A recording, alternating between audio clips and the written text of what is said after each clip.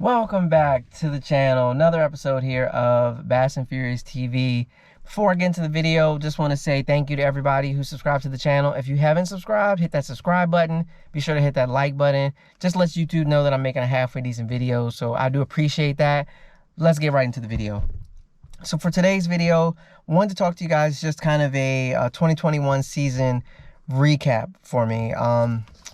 So you guys have been seeing the videos I've been putting out lately, me practicing, me competing, some epic fails that I was like, guys, this year has been like, I refer to it most commonly when people ask me, I refer to it as a roller coaster. And I don't think there's a better description of it than a roller coaster for me personally. So there's been some pretty interesting things, some pretty great things, and some pretty awful things this year. So I'll just kind of recap with you the year so far and kind of let you know that what's upcoming plans for me. So I appreciate everyone who supports the channel. Be sure to click on the link in the description though, guys. That takes you to my link tree, which shows you all the ways you can actually support me throughout the year. So I'm able to do this. I do have sponsors. I do have people that help me along in the journey, and I'm very thankful to each and every one of them who have made this year as smooth as it could possibly be when it comes to the fishing side. I haven't really had to worry about a lot on the fishing side because there's been some amazing people that have been able to take care of that side for me, and it's been great, and it made it, like I said, really wonderful. I show up to tournaments. I don't have to worry about if I'm going to get in, is this going, is that going. I don't have to worry about any of that this year. This year I was able to pay for my whole season up front.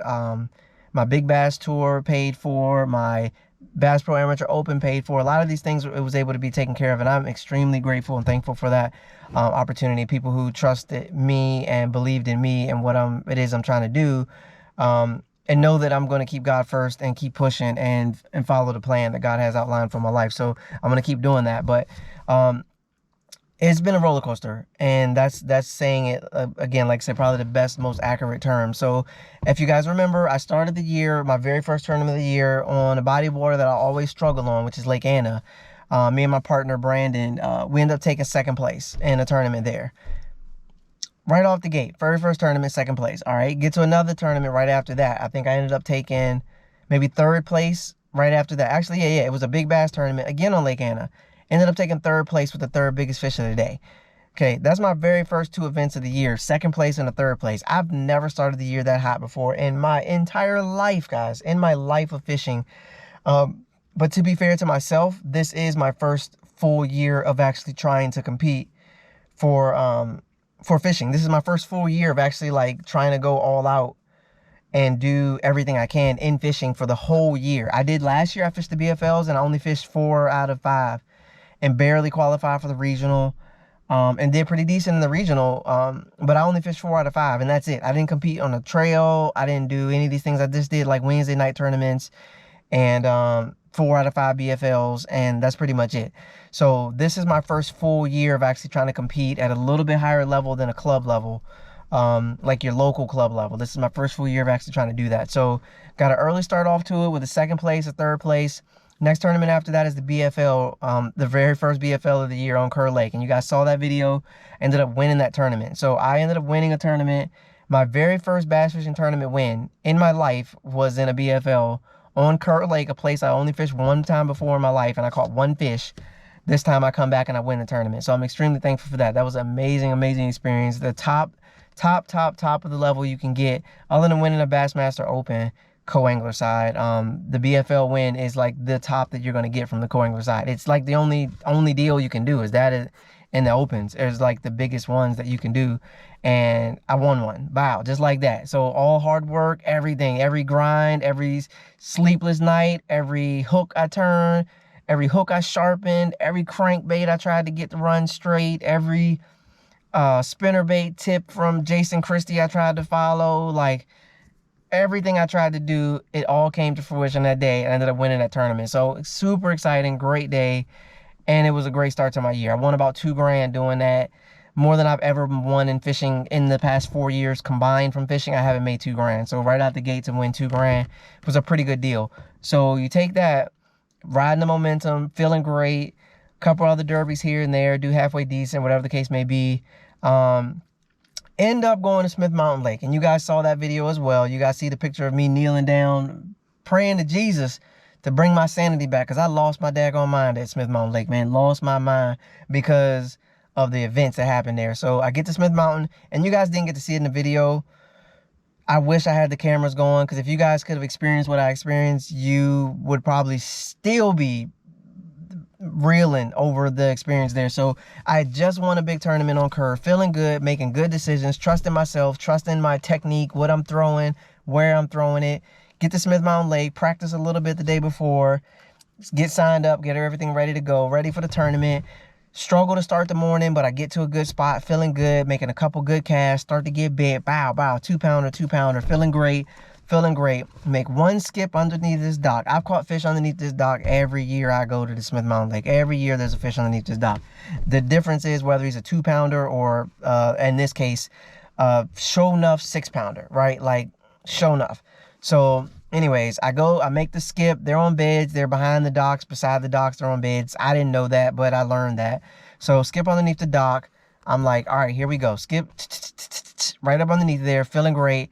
Let it sink down, hop a little bit, got my spinning pole. Now, the backstory behind this, I've been using a spinning rod and reel for the past 6 months to 9 months, getting it dialed, feeling great about it, feeling good, getting the drag out. I've been smoking it on Lake Anna, using it non-stop, because I feel like one of the things that gets me every year when I get to fishing is my gear. And this year I've partnered with 13 Fishing.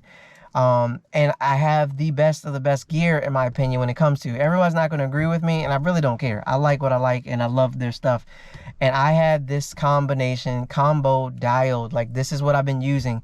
But probably about 2 weeks before that tournament, I needed to get some work done on the spinning reel that I had. I need to get some work done on it, because like I said, I've been smoking it. I've been lighting it up, fishing it in all kinds of conditions, everything. And I had to have some work done on it.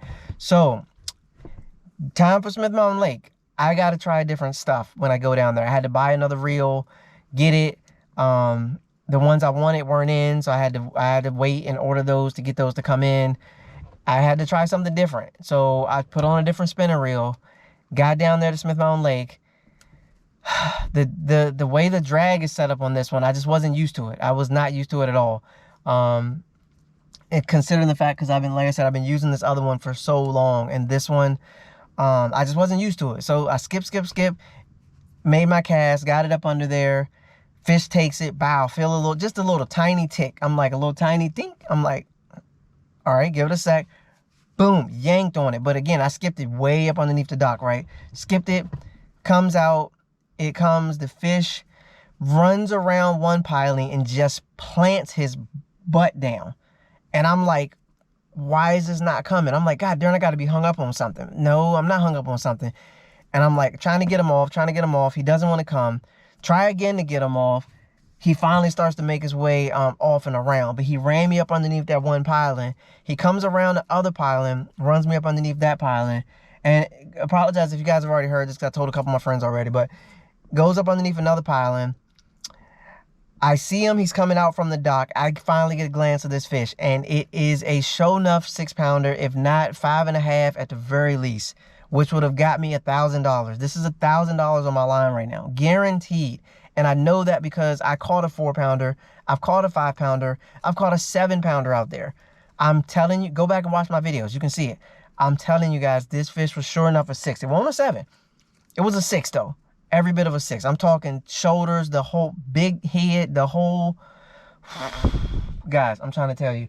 So he runs me up underneath a piling, underneath another pile on the dock. He comes out beside the boat. Now, this is what has scarred me from the day, is my net. Okay, I had been fishing all morning, struggling, and usually when that happens, I just get rods going everywhere. And in this case, my rods, every single one of them was laid over top of my net. So the fish is coming by. I'm trying to get my net. I'm trying to free it with one hand, right? While I'm still keeping the fish on. But the drag is locked. Locked. I have no room for running in this drag. Like, this fish cannot take off and run anywhere. He's only given the line that I'm giving him because the drag is locked down. And why it happened is because I got hung up earlier. And when I tried to free my hang-ups, I always tightened down my drag. So I tightened down my drag, and then I got my hang-ups because I didn't want it to get hung up. So I tightened down my drag, and in that particular case, the In this case, I hadn't loosened it back up yet. And I didn't think to loosen it back up in the moment to give the fish a little, let them run around a little bit while I figure my stuff out. And then I start to work them in. None of that clicked, guys. I don't know what the heck happened. I have no idea. I really don't know what was going on in that moment. I think I got a little anxious. I got a little excited. Like I said, I'm counting the dollar signs. This is my chance to get from 2 grand to possibly 3 grand in 2 months from fishing, which is big for somebody like me that just fishes co-anglers and local derbies. That's huge, man. So anyways, the fish runs beside the boat. I can't get the net. He's literally beside the boat, like just not, I can't reach down and grab him, but I could have like extended my arm really far and I probably could have grabbed him. So but I let him run a little bit more with the little bit of line that he has and the lockdown drag. He runs underneath the boat, underneath my motor. Okay, he's underneath the motor now. I'm trying to get him to come back underneath the motor. I'm on the other side of the boat. I try to get him underneath the motor. I get him, but of course the line has run all underneath all of this stuff, back up underneath. Then he comes back underneath the boat. He comes to the side of the boat. Again, if I have my net out, bam, right in the boat, good money, way to go. But I hadn't got the net. None of that stuff was ready yet. He got back to the side of the boat, and then he beelined out to the deep water, and pow, all you heard was my line snap, and it snapped again because the drag was too tight. And the other things happened because I wasn't properly organized on my boat to be able to reach out and get my net, scoop them up, $1,000 in the boat, run back, weigh them in, cash a check, keep it moving. I did everything I needed to do to make money on that deal, and I let it get away from me due to not being organized and not just calming down in that moment and getting myself together. I was so anxious, so excited, just like madness. Now, I was excited before when I caught the 7-pounder out there, but he came in the boat. Somehow this one didn't. My drag was set different things may be, whatever the case may be. Either way, it all boils down to me.